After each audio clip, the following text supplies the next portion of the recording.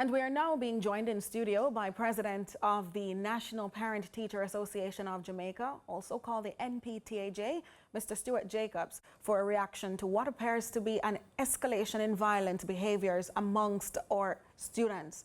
Welcome, Mr. Jacobs. Thank you for having me. Absolutely. We looked at that video just now. What was going through your mind as a parent and knowing what your members are feeling? What exactly did they send you here to reflect? We're scared. Literally scared, because we send our children out to school in a whole holistic mode as humans. We send them out to gain value, add value to themselves and to wider society, to come back to us safe and sound. And there's this fear that they might not come back home in one piece. And what is startling is that the crime, that behavior isn't downtown. No, it's not a socio-economic thing anymore. It's not a geographic thing anymore. It's throughout our society.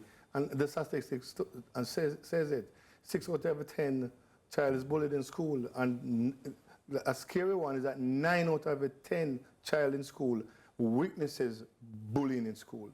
And 30% of our children don't want to go to school because of that fear. Now, it impacts the social growth of the child.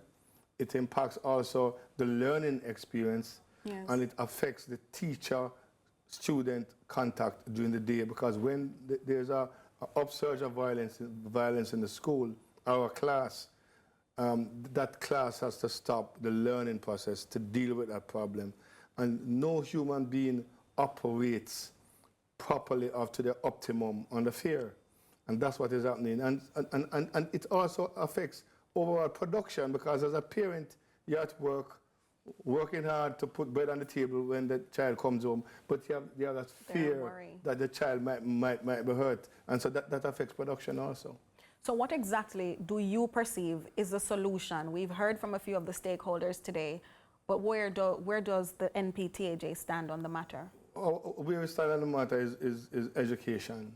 We want to inculcate to our members reconciliation, ways in which you can teach your children to forgive, to forget, elevate an issue. Don't take it out on your peers.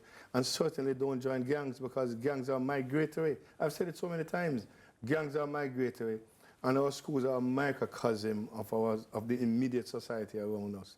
And there's this fear, and there's this continued fear that if you don't join this gang, or you don't be a part of something, then you're not normal.